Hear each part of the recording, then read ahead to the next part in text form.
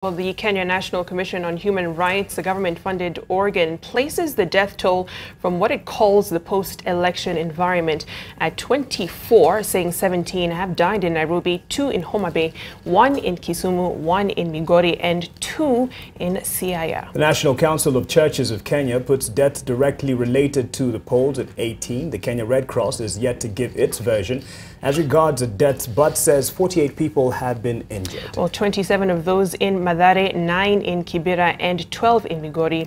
And of course, that story was just brought to you. You've mentioned the figures of Mathare, Vicky, and that includes the 8-year-old Stephan Mokaya, and she was killed this morning. And at least the family is in the mourning as a part of things in terms of feeling for the loss of her family and definitely giving responses and not understanding why she had to be on the receiving end of the bullet. Absolutely. This happened in Mathare area too, and according to witnesses, it was during the melee between police and youth earlier today. 8-year-old Stephan George stood at the balcony of their 3-story home watching as violence tore apart the streets of Mathare 2 neighborhood below. Na vile tulikuwa kwa nyumba tukawafungia tukatoka nje. Rafiki yake akamkujia kwa nyumba akamuita. Vile amemuita wakapanda juu. Sasa tumestukia kuitwa eti Stephan amekufa. Kufika huko tumepata amepiwa risasi kwa kifua mpaka ikakonga kwa ukuta. Sasa tunawaomba tu serikali mtusaidie.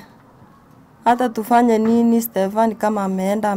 Mungu ndiye amejua vile amemchukua. Mtoto aliamka asubuhi akiwa sawa. Akakunywa chai. Akaenda juu ya ghorofa kucheza na watoto wengine. Sasa kuna askari amesimama pande ile. Ndiye akampiga risasi kutoka huko kwa sababu hakuna watoto wengine, hakuna mtu mzima alikuwa huko.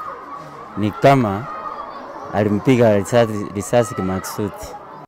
Her only brother and other children, their neighbors, were with her at the time when the bullet ripped through her side and through the wall of their home.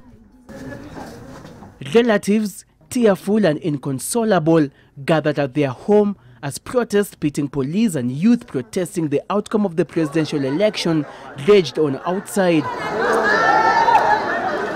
Edward Mokaya, who's the elder brother to the late Stephan Mokaya George, was among the few people who spent some time with her before she left this particular place. She never returned, and now the family is surrounded by a somber mood as they come to terms with the loss of their very own. The family only holding on to fond memories of her. Ni msichana alikuwa active. Hata kanisa kalikuwa adventurous. Mtoto alikuwa anaenda kanisa vizuri, shule alikuwa anaenda, mtoto ni mtulivu, mtoto alikuwa mtulivu sana. Mtoto alikuwa ameniahidi anataka kwenda nyumbani. Lakini sasa vile amekufa sijui nini nitaambia watoto wangu. Alikuwa mtoto mzuri, ni mtoto active, na kila pahali anatembea alikuwa anatembea akijua siku zote anamsifu Mungu, lakini bahati mbaya Mungu amemchukua.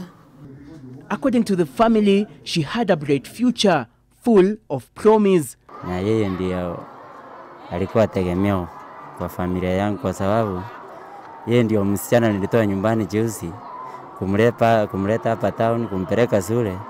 Ndiye alisinda watoto wa hapa zaidi. Hata mwalimu alisema huyu mtoto alikuwa anasoma hapa kutoka standard 1 ama alitoka nyumbani. Kamwambia hakika alitoka nyumbani, lakini alikuwa very clever. Ni usuni sana. Cheerful and always among the top in her class, hers was the story of a budding young girl that now will never be told. We are so much saddened by this situation, and we want to ask whoever did this issue should be brought to book before the child is buried, so that tujue ukweli wa maneno yote iko wapi. Stephan was mostly raised in her mother's rural home in Kisii town. It's now less than 1 year since she came to Nairobi. The family is now demanding justice. We have done the processes, and we expected police wakuche wapige picha yao na wapatie report yao before they do that, but they did not come because tuliwapatia information. I was there giving them the old CS information na hakukuja. Eyewitnesses we spoke to believe that the bullet came from this particular direction. heading towards that flat over there where unfortunately it hit the late Stephan George. Seth Olale, NTV, Mathare.